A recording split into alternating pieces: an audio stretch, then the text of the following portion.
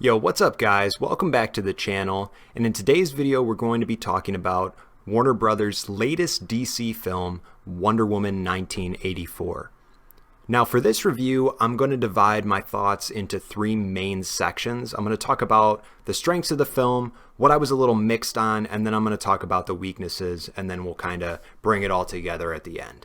Now starting off with the strengths, one of the biggest strengths for this film was actually the opening sequence. You're instantly transported back to this wondrous world of the Amazons that was built back in the first Wonder Woman movie. And I thought the entire sequence was just phenomenal. From the cinematography to the action to the direction. I loved being back on that island and seeing all those Amazon warriors showing off their physical capabilities. One other thing I wanted to mention is that the scene is 11 minutes in length, and that is the longest action sequence in the entire film.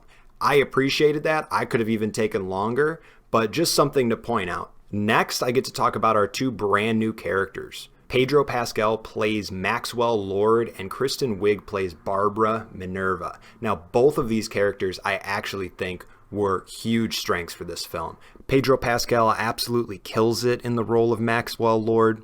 He commands your attention every time he's on screen, and pretty much all of the dialogue that he delivers, even when some of it is kind of out there, he still makes you believe it, and he just owns every scene he's in. Kristen Wiig was actually a huge surprise for me in this film. When she was cast in the role of Barbara Minerva, I was a little hesitant to jump on board right away. I wanted to, see the film and see the trailers and see how she was going to work. Maybe it was just a new take on the character, but I couldn't see her in the role. But after seeing how they used her in the film, I thought she was a huge strength. Patty Jenkins did an unbelievable job of using Kristen Wiig and her mannerisms and just the nuance that she gives to this character enhances every scene that she's in. Another strength for this film was that you get to see Diana and Steve back on screen together again. Now, this was something that was obvious to the viewer. If you've seen the trailers, you know that they're in it together, but you didn't really know how much or how Steve Trevor was going to be used. Surprisingly, Steve is not in this movie for as much as I thought he would be.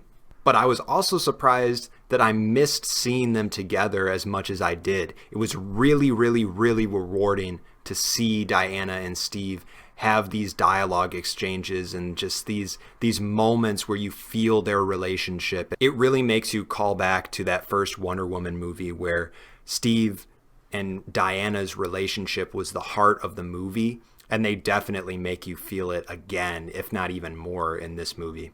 Let's talk about the music. Hans Zimmer nailed this score.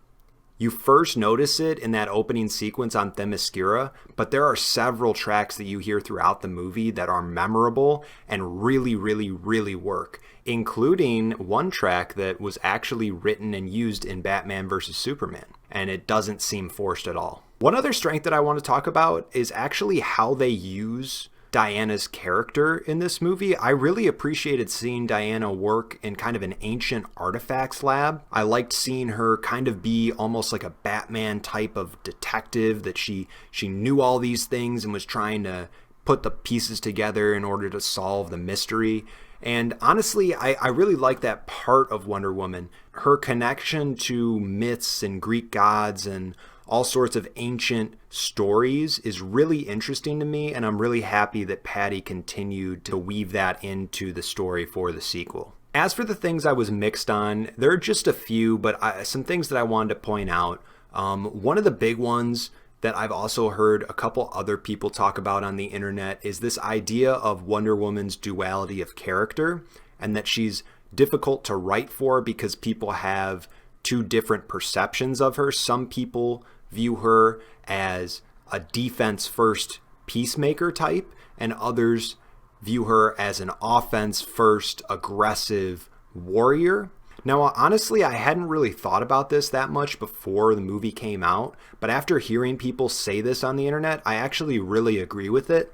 I think that the first Wonder Woman movie definitely saw her as both, but leaned towards the warrior. And I think that her portrayal in both Batman vs. Superman Justice League, and I'm assuming even more so in Zack Snyder's Justice League, will lean heavier towards that warrior persona, whereas this movie definitely leans more towards that peacemaker version. Now, don't get me wrong, it's not like this movie has zero action. Wonder Woman definitely takes out some bad guys, but the way she goes about it and how, like, sparse the action is, especially large-scale action sequences, make this shift very noticeable, and I'm not quite sure that the film was marketed to convey this. I've heard a lot of people also call this movie a 180 from the first film, mostly because of this. You know, it's a lot more campy, it's a lot less serious, it's a lot more out there instead of grounded, and this shift from the warrior Wonder Woman to the peacemaker Wonder Woman might actually be jarring for some people, and I can see why it turned some people off. Speaking of the action, I think it's noticeable that Zack Snyder's visual style and flair is missing from the character in this movie. I think most of the action in this movie was actually done pretty well. I don't think there were any terrible, like, poorly choreographed or poorly shot action sequences, but I definitely think that there was something missing.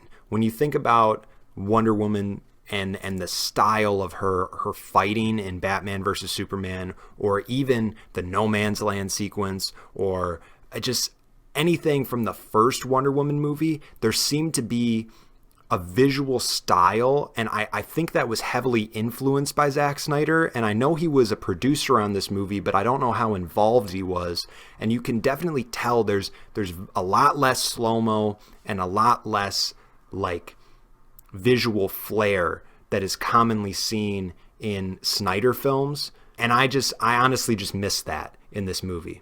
Now, this is one of the things I would say that is a little controversial, that I would put this in the mixed category, but I'm going to talk about it here just because I'm going to be honest, this is just how it hit me, and it's Diana's first flight. Now, Superman's first flight in Man of Steel is one of my favorite sequences in the entire DCEU. I love Hans Zimmer's score. I love the motivation for the character. I love that he fails initially, and it takes him a second to really dig deep inside him and believe in himself that he can actually do this. And honestly, I just didn't get the same feeling, even though the sequences are fairly similar. Both characters had the power within them the whole time, and a quote from someone that is close to them is enough to motivate them to figure it out or to believe in themselves enough. Now, I'm not against Wonder Woman flying. In fact, I actually like the idea of Wonder Woman flying, and I know it's something that has been done in the comics before. I just would have preferred that her gaining the ability to fly would have been a bigger plot point than just to help her get from point A to point B faster. Like, most of this movie is spent around a magical object that is connected to the myths of the Greek gods. Why couldn't you have had, Hermes or another god or magic object involved in some way to get her this ability? And now that she can fly, I can't help but think that you run into continuity issues, because if she could fly in 1984, why can't she fly in Batman vs. Superman or Justice League? I know a lot of people liked this sequence, and there are parts of it that I do enjoy. I was just a little mixed on it based on how it was executed. Now let's get to the weaknesses. Unfortunately, this film has a lot of general weaknesses for me. I think you can get really nitpicky, but I'm going to try and keep it as general as possible and use examples to be more exact in my points. First, I think the pacing was definitely off. I think the film suffers from its spacing of action sequences, which are few and far between. After that 11-minute opening action scene on Themyscira, there's over an hour of the film before the next action sequence, which is only 5 minutes long.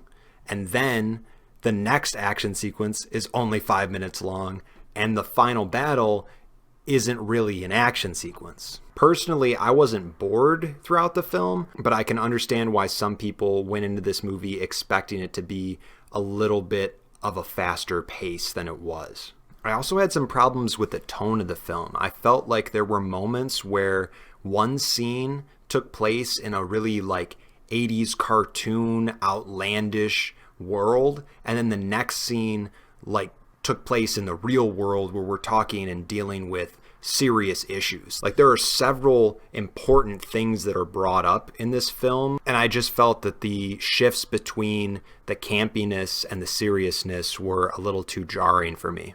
This is honestly one of my biggest weaknesses with the film, and that is the character of Cheetah. I was really looking forward to seeing Cheetah in this film, and she has 5 minutes of screen time. It is just there for one battle that ends very quickly, and then you don't see her again. It is very disappointing, and honestly, I would have just saved the character for another movie. If you wanted to introduce Barbara and just not have her become Cheetah until the next film, sure, but I think Maxwell Lord was enough for this movie, and he could have been the only villain.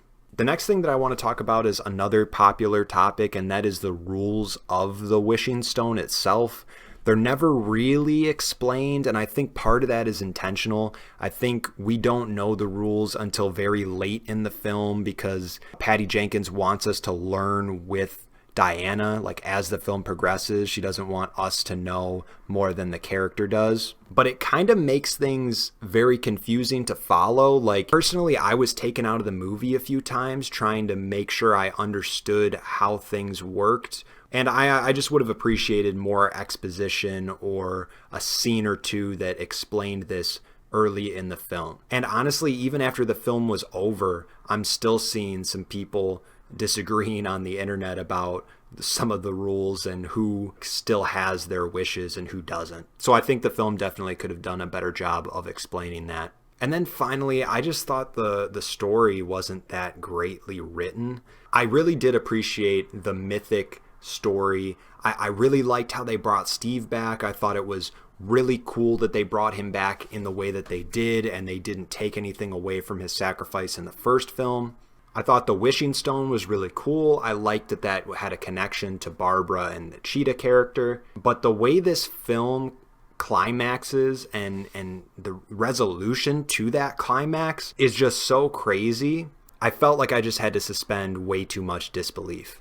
Without being too direct with spoilers, at the end of the movie, a lot of things happen, and then they don't happen, and they don't really explain whether there were consequences for them happening in the first place, if everybody's good now. And again, I was kind of taken out of the movie because I was like, what happened to Barbara? What happened to Maxwell? Like, are these characters like off the hook?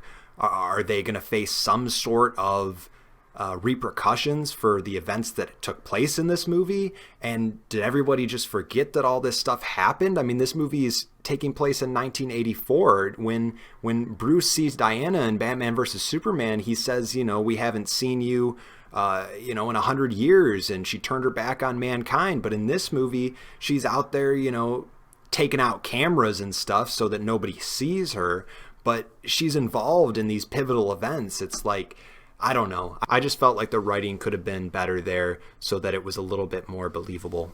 And that's it for all my points. So to sum it up, guys, I think that if I were to give this a score on Rotten Tomatoes, whether it would be positive, fresh or rotten, positive, negative, I would go with the positive review. I enjoyed this movie. I was entertained. As a fan of the genre, I thought that there was enough in this movie to take away from a positive perspective. After seeing the movie 2 times, I definitely like the things that I liked the first time even more. But unfortunately, the things that I thought were weaknesses are still there, and in some cases I think they got a little bit worse upon rewatch. I don't think this movie is as good as the first one. However, I still enjoyed it, and I would recommend people go see this movie. But I would just say beforehand that if you saw the first one, don't expect the usual straightforward sequel. This movie really does change directions from the first film, and you're going to notice that as soon as the Themyscira sequence ends, and the rest of the movie pretty much stays on that track. I wonder what that's going to mean for the future of the character. I know that Wonder Woman 3 is now greenlit and in production. Apparently Patty Jenkins is returning, and Gal Gadot is returning as well. So Who knows if this is a course shift for the character and you know, everything after this is going to feature the character in this way. I don't know, but I definitely think it's interesting. If you guys can, do me a favor and comment down below your thoughts on that duality of Wonder Woman's character. Personally, I think I would lean more towards the warrior version of Wonder Woman if you were asking me, you know, which one do I prefer that the character embody on screen more. I think you can definitely represent both in a single character, but I just really miss, you know, the badass Wonder Woman action sequences that we got before. But yeah, guys, that's my review for Wonder Woman 1984. I hope you enjoyed it. Please leave a like on the video if you did, and subscribe for more reviews like this. Comment down below your thoughts about the movie. Let me know what you thought. Happy holidays to everyone, and I will see you in the next video.